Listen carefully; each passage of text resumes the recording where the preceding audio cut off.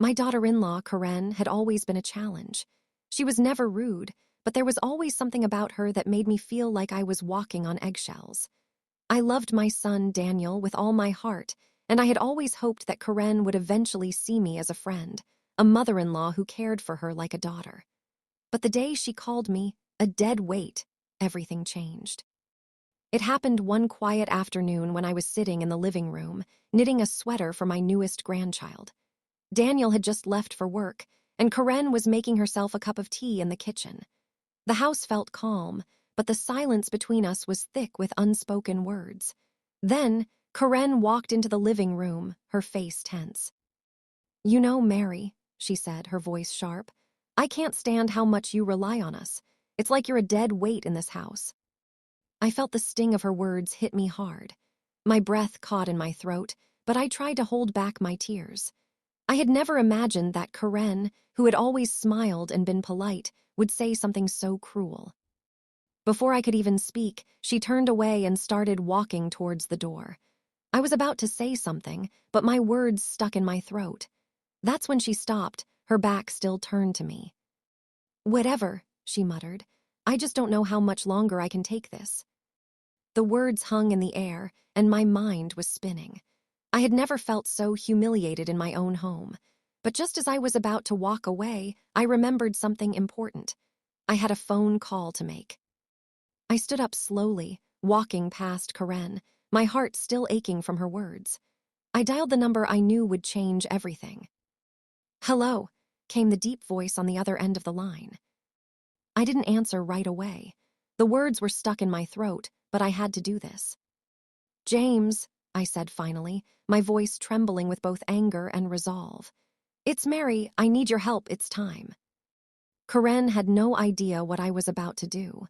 I didn't know exactly what would happen next, but I could feel a weight lifting off my chest. She might have called me a dead weight, but I was about to show her just how much weight I truly carried. Karen's face turned pale as she came back into the living room, overhearing my side of the conversation. Her eyes widened when she realized who I was speaking to.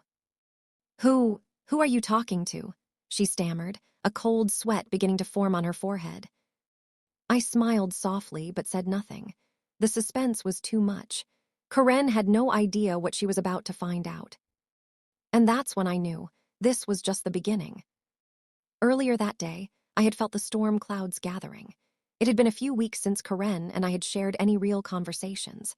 I had noticed how she'd started avoiding me more and more, always finding reasons to be somewhere else. Daniel, my son, was busy with his job, and I was left to fill the silence. I didn't mind the quiet at first. After all, I had always been independent. But recently, it felt as though my presence was more of a burden than anything else. I had tried everything to help around the house, to ease their load. But the more I did, the more Karen seemed to resent it. I started to wonder if my mere existence was starting to annoy her. It wasn't always like this. I remembered the first time I met Karen. She had come into my life when Daniel introduced her to me as his girlfriend. I had instantly liked her. She was kind and polite, always making sure I was comfortable whenever I visited them. It felt like we had a special bond. I truly thought that one day she would see me as a second mother. But over time, things began to change.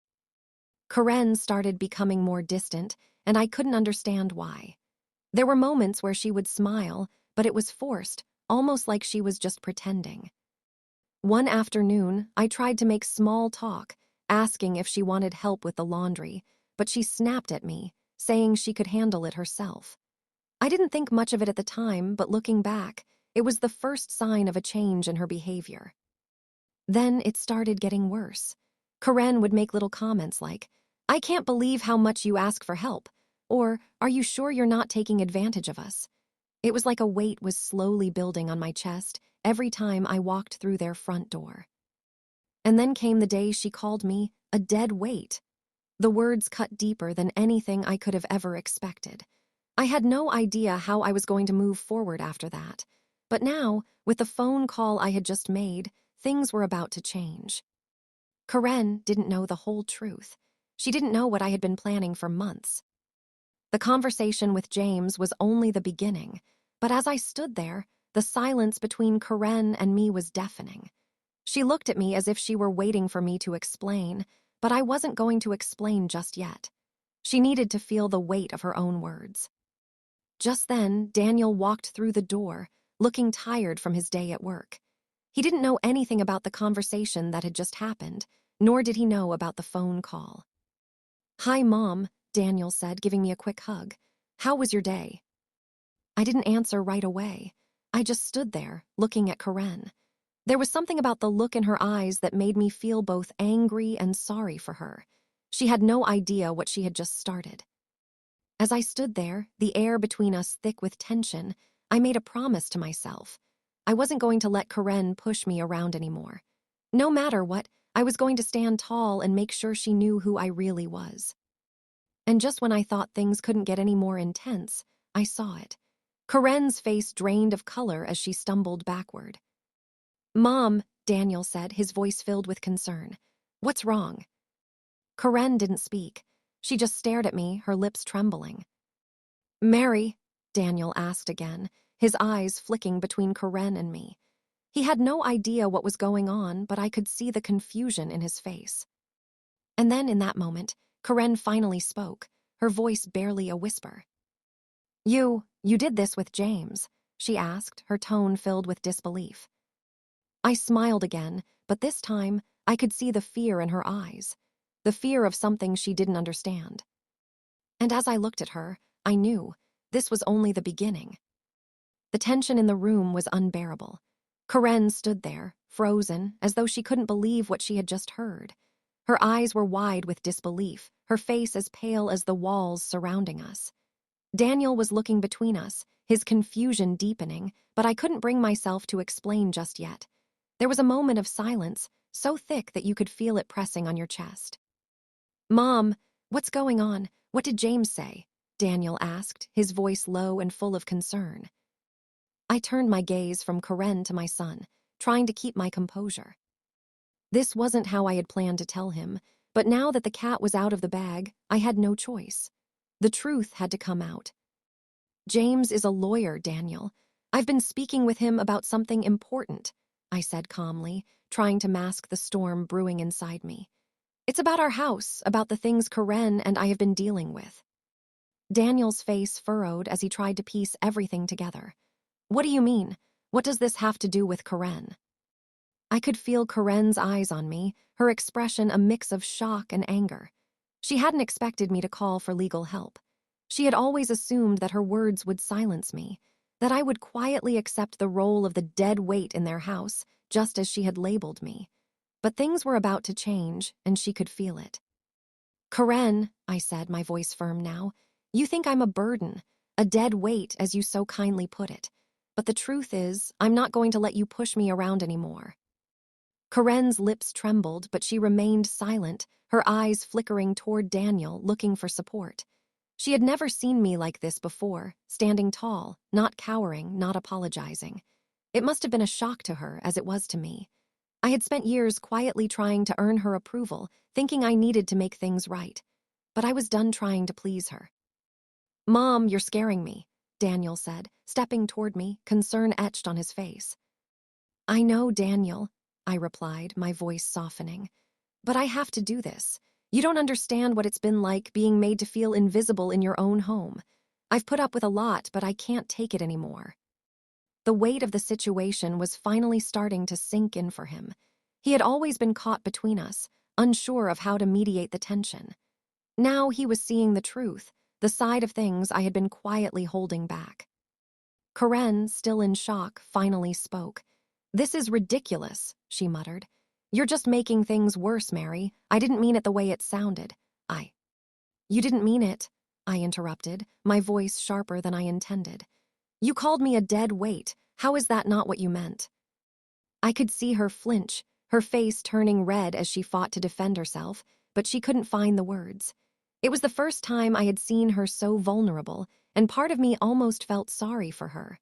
Almost. "I don't need your pity, Karen," I said, my tone steady. "I'm not your responsibility, but if you think you can treat me like I'm nothing, I'm not going to stand by and let it happen." The silence stretched out, and I could feel Karen's anger building. She was trying to control her emotions, trying to hold on to the power she thought she had. But she was losing that power. Slowly but surely, the tables were turning. And then, just as I thought things couldn't get any more intense, the phone rang. I looked down at my hand, which had been gripping the phone tightly since my conversation with James earlier. My pulse quickened, and I knew it was him again. James. The moment I had been waiting for had arrived. "Excuse me," I said, cutting through the tension. "I need to take this." I didn't wait for anyone's approval. I stepped out of the room and answered the call in the hallway. "Mary," James's voice was calm, but there was an edge to it. "I've got the documents ready. It's time." I didn't hesitate. "Send them over. I'm ready." "Are you sure about this? Once it's done, there's no going back." "I've never been more sure of anything in my life," I replied. I could feel the weight of the decision settle into my bones. This wasn't just about me anymore. It was about showing Karen that I wasn't weak, that I wasn't the burden she thought I was. I hung up the phone and walked back into the living room, my heart pounding in my chest. Karen was still standing there, her arms crossed over her chest, her face a mixture of anger and fear. Daniel looked like he was about to say something, but I held up my hand, stopping him. "Mom, please," Daniel said softly. "What's really going on?" I paused for a moment, looking at both of them, feeling the weight of the moment. I knew this wasn't going to be easy, but I also knew it was something that had to happen. The truth had to come out. "I've been speaking to a lawyer," I said slowly, my eyes locking with Karen's. "And I'm going to make sure you both understand that I'm not a dead weight. I'm not just someone to be ignored or pushed aside. I've been working on something. Something that will change everything." Karen's eyes widened as she stepped back, the reality of my words starting to hit her. "What are you talking about?" she whispered. I didn't answer her right away. Instead, I walked to the door, grabbing my purse from the table. "I'm going to take care of things," I said, my voice steady but full of determination. "You'll see." As I turned to leave, I could hear Daniel's voice behind me, calling my name. But I didn't look back. I had made my decision. I had made it clear that I wasn't going to be treated like a burden anymore. And the moment I stepped out the door, I knew things would never be the same. The drive to the lawyer's office felt like an eternity. I couldn't stop thinking about what had just happened. My heart was racing, and the weight of my actions felt heavier with every passing minute. But as I approached the office building, I couldn't help but feel a sense of relief. This was it. The next step in reclaiming my dignity, my self-worth. I wasn't sure how things would unfold from here, but I knew one thing for certain. I wasn't going to let Karen win. I parked the car and stepped out, my heels clicking on the pavement as I walked toward the entrance. I couldn't help but smile as I pushed open the door. Today was the day everything changed. And then, as I entered the office, I felt a chill run down my spine. I wasn't alone. Someone was here before me. Karen was already inside. I froze in the doorway, my heart pounding. Karen was sitting in one of the waiting room chairs, flipping through a magazine, completely unaware that I had just walked in. The sight of her there, in the lawyer's office of all places, made my chest tighten. What was she doing here? I hesitated for a moment, unsure of how to approach the situation. Should I turn around and walk out? Should I confront her right here, right now? But before I could make up my mind, the receptionist behind the counter looked up and gave me a polite nod. "Ms. Mary, right? Please take a seat. Mr. James will be with you shortly." I nodded, still not fully understanding what Karen was doing here, but I couldn't let this moment throw me off. I had made my decision, and there was no turning back now. I sat down across from her, my hands resting nervously on my lap. Karen, still engrossed in her magazine, glanced up at me. Her eyes flickered with something between guilt and annoyance. But she said nothing. It was as if she had been waiting for me to make the first move. But I wasn't going to give her that satisfaction. "Karen," I said, my voice calm but firm, "what are you doing here?" She looked up at me, her eyes widening in surprise. For a split second, I could see the mask of control slip from her face, but it quickly returned. She folded the magazine and set it down on the table between us. I came to talk to James, she said coolly. I thought it would be better if I spoke to him directly, instead of you running off with all the decisions. Her words stung more than I cared to admit, but I didn't show it. I couldn't. This was my moment, not hers. Well, I'm glad you're here, I said, my tone tight, because now we can both hear the same thing. She looked at me, puzzled. What's that supposed to mean? I leaned forward, speaking slowly, making sure every word landed. It means that I'm not the burden you think I am. I'm not going to be pushed around anymore. I've got a lawyer and this is happening, whether you like it or not. Corinne's face shifted, and I could see the anger bubbling up inside her. You're making a huge mistake, Mary. This is ridiculous. You don't even know what you're getting yourself into. Don't I shot back. You're the one who called me a dead weight. You're the one who made me feel like I didn't belong. But I'm not going to just sit here and let you treat me like that anymore. I deserve more. The words hung in the air for a long moment. Corinne looked as though she wanted to argue, but something in her expression told me that she wasn't sure if she could win this fight. We sat in tense silence, both of us waiting for the next move. But before either of us could say anything else, the door to the office opened and James walked in. His presence instantly filled the room, a steady and confident figure who seemed to cut through the tension without even trying. Mary, Corinne, he greeted us both with a nod, his voice calm and professional. I'm glad you could both make it. Please, let's sit down and talk. Corinne gave me one last look before standing and walking into James's office, her heels clicking sharply against the floor. I followed her, my heart still racing, but with a growing sense of determination. The moment we were both seated in James's office, he wasted no time in getting straight to the point. I've reviewed everything, James began, looking at both of us with a serious expression. Mary, you're right to seek legal counsel, and we're going to make sure your interests are protected. Corinne shifted uncomfortably in her seat, clearly annoyed, but she remained silent. I couldn't help but notice the way she was gripping the edge of the chair, as if she were trying to hold herself together. I could see it in her eyes. She didn't expect things to go this way. She thought she had all the power, that she could control the situation. But now, she was the one on the defensive. James, I said, my voice steady, I've been made to feel like a burden in my own son's house. I've tried to be helpful, but nothing I do seems to be enough for Corinne. She's called me a dead weight, and I'm done being treated like I don't matter. I want to make sure that my rights are protected going forward. James nodded, flipping through the papers on his desk. I understand, and we're going to make sure of that.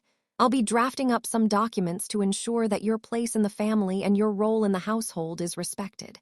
This is about your dignity, Mary, and I'll make sure that's upheld. Corinne's face darkened, and I could see her clenched fists trembling. She opened her mouth to say something, but I beat her to it. Corinne, I said firmly, you've made your feelings clear, but you should know that I'm not backing down. This isn't just about me anymore. This is about making sure that everyone in this house is treated with respect. Corinne's eyes flashed with anger. You don't get it, do you? She snapped. This is all about control. You're trying to take control of my life, of my marriage. I'm the one who has to deal with this, not you. I'm the one who has to make the decisions. You're just a guest in my home. I felt the sharp sting of her words, but I refused to let it show. I've never been a guest, Corinne, I replied coolly. I've been a mother, a grandmother, and I will always have a place in this family. Don't think you can push me around just because you don't like the way I live my life. The silence that followed was thick with tension. James looked between the two of us, sensing that things were about to escalate. Let's take a step back, he said, trying to diffuse the situation. This doesn't have to be about conflict. We can resolve this, but only if we all work together. But Corinne wasn't having it. She stood up abruptly, knocking over her chair in the process. I don't need to be here, she spat. I don't need to listen to this. This is ridiculous. I stood up as well, my heart pounding in my chest. Corinne, I said, my voice steady but firm, you can leave, but know this, I'm not going anywhere. I'm not the dead weight you think I am. Corinne's face twisted with rage, and I could see her hands shaking. She looked at me for one last time, then turned and stormed out of the room, slamming the door behind her. I stood there for a moment, my breath coming in heavy gasps. I had said what I needed to say, but the tension still hung in the air. James turned to me, his expression softening. "You've done the right thing, Mary. You're standing up for yourself, and that's something to be proud of." I nodded, but I wasn't sure if the storm was over. It felt like we were just getting started. The door slammed behind Karen, and for a few moments the office was filled with nothing but the sound of my own breathing. My chest rose and fell with the weight of everything that had just happened. The confrontation was real now. There was no turning back. I had finally stood up for myself, but I wasn't sure if it was over yet. The silence in the room felt almost too heavy. James cleared his throat, breaking the stillness.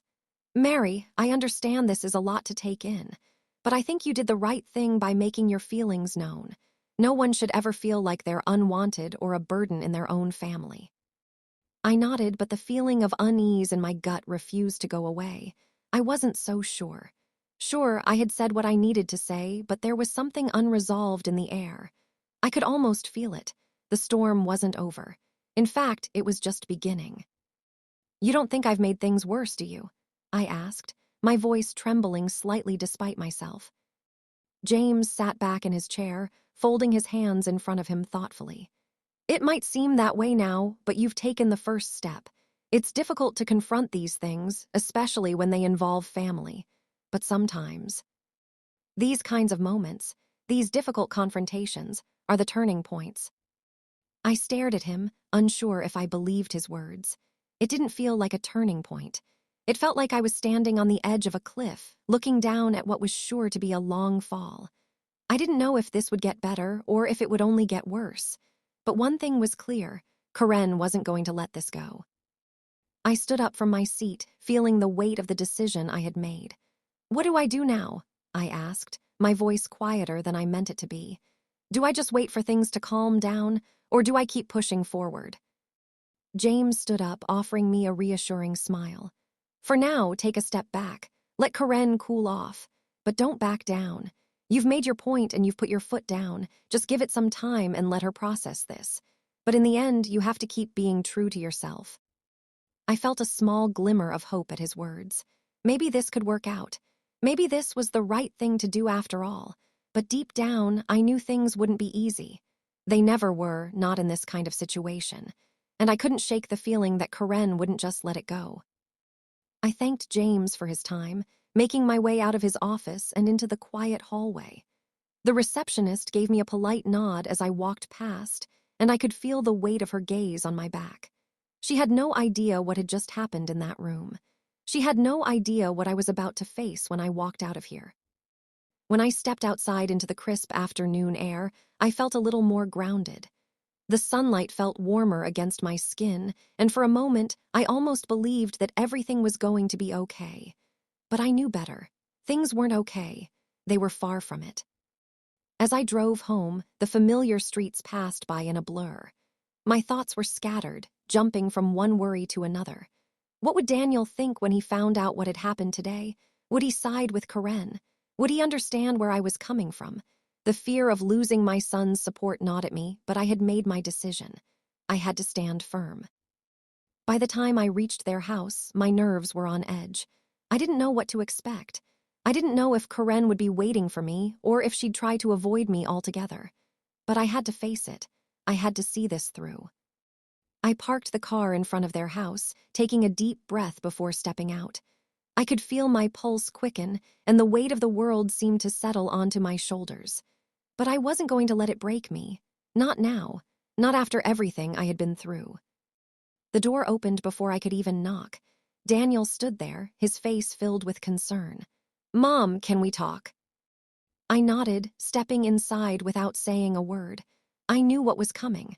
I had braced myself for it, but nothing could have prepared me for the words that followed. "I've been talking to Karen," Daniel said quietly, his voice tinged with frustration.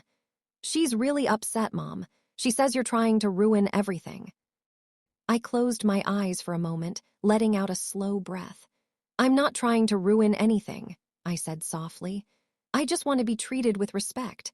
I want to be seen as more than just a burden in this house." Daniel sighed, running a hand through his hair. I get that, Mom, but Karen feels like you're attacking her. She feels like she's being pushed out. She's trying to hold everything together, and she thinks you're undermining her. The words hit me like a slap. I had hoped that Daniel would understand, that he would see my side of things. But instead, it felt like I was losing him too. The very thing I had feared the most was happening right in front of me. I wasn't just fighting Karen anymore. I was fighting my own son. Daniel, I'm not trying to attack anyone, I said, my voice cracking with emotion. I'm just trying to hold on to my dignity. I'm not some old woman who should be ignored and belittled. I'm your mother. I've always been here for you. Don't I deserve the same respect?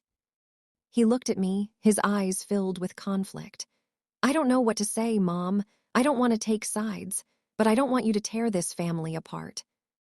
I felt my heart shatter as the words sank in. I'm not trying to tear this family apart, Daniel. I just want to be seen. I just want to matter. For a moment, there was nothing but silence between us. Then, slowly, Daniel stepped forward, placing a hand on my shoulder. I don't want to lose you, Mom, but this is tearing me apart. I took a shaky breath, trying to hold back the tears that were threatening to spill. I know, Daniel, I know. And just as I thought things couldn't get any worse, the door slammed open again. Karen was standing in the doorway, her eyes wild with fury. You've made your point, Mary, she spat. But you don't get to destroy everything just because you think you have the right to. This isn't over. The finality in her voice made my stomach drop.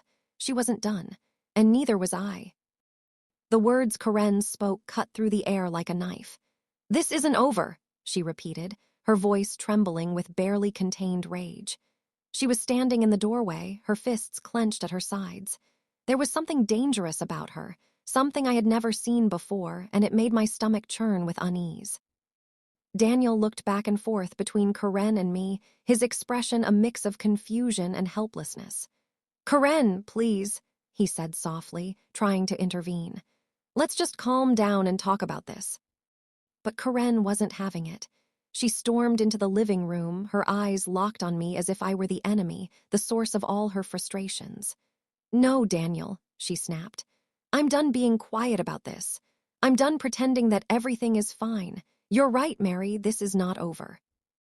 I could feel the heat rising in my chest, but I knew I couldn't back down. Not now, not after everything. I had fought for my dignity, for my place in this family, and I wasn't going to let her walk all over me. I'm not going anywhere, Karen, I said, my voice steady despite the turmoil raging inside me. I've earned my place here. You don't get to decide that for me. Karen's face turned red with anger, her eyes blazing. I don't need to decide anything, Mary. You've already made it clear that you don't care about this family. You only care about yourself. The accusations stung, and for a moment, I was at a loss for words. How had it come to this? How had the relationship with my daughter-in-law deteriorated so quickly? But I took a deep breath and reminded myself that this wasn't about me. It was about respect. It was about ensuring that I wasn't treated like I was invisible, like I didn't matter.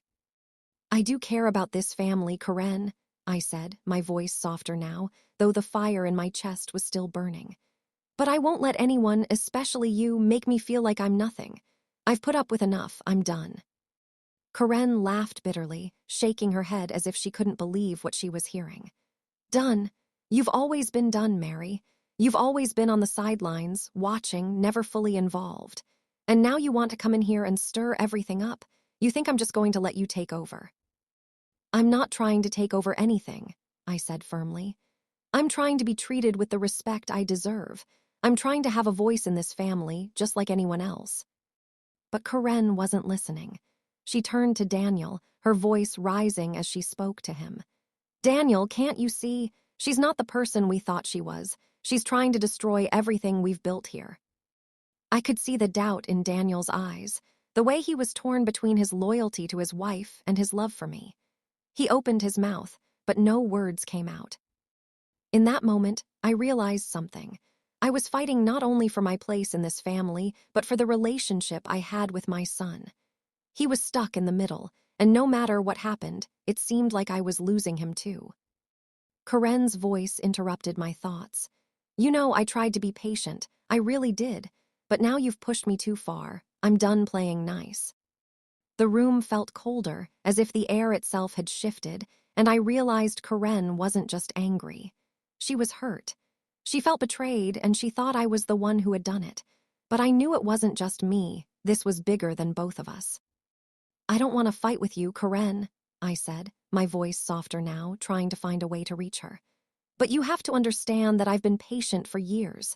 I've tried to fit into your world to make things work. But you've never given me the space to breathe, to be myself. I've always been the outsider, but I'm done being the outsider. Karen's face softened for a moment, but only for a second. Her walls went back up quickly, and I could see the anger flare again in her eyes. You're not going to change anything, Mary. This is my house. You don't get to come in here and tell me how things should be. And that's when it hit me. This wasn't about me. It was never about me. This was about Karen's own insecurities, her own fears. She felt threatened by me, and now she was trying to lash out because she couldn't control what was happening. I stood up straighter, my heart pounding in my chest. I'm not here to fight with you, Karen. I'm here to tell you that I'm not going to be treated like this anymore. I'm not going to be silent. And if you can't respect that, then maybe it's time for me to leave. Daniel's face went pale as he stepped forward. Mom, please, he said, his voice full of emotion. I don't want you to leave, but you have to understand, Karen needs time to process this. She's not going to just change overnight. I nodded slowly, understanding the weight of what he was saying. But at that moment, I couldn't bear the thought of staying here, stuck in this toxic environment, feeling like I didn't matter. I needed space. I needed time to think. I'm going to take a walk, I said quietly, turning toward the door. I just need some time to think. We'll talk later. I didn't wait for anyone to stop me. I left the house without looking back, stepping into the cool night air, feeling the weight of everything finally hit me. As I walked down the street, my mind was spinning. I had done what I needed to do, but I wasn't sure if it was enough. I wasn't sure if anything would ever be enough. The conflict, the tension, it felt like it would never end.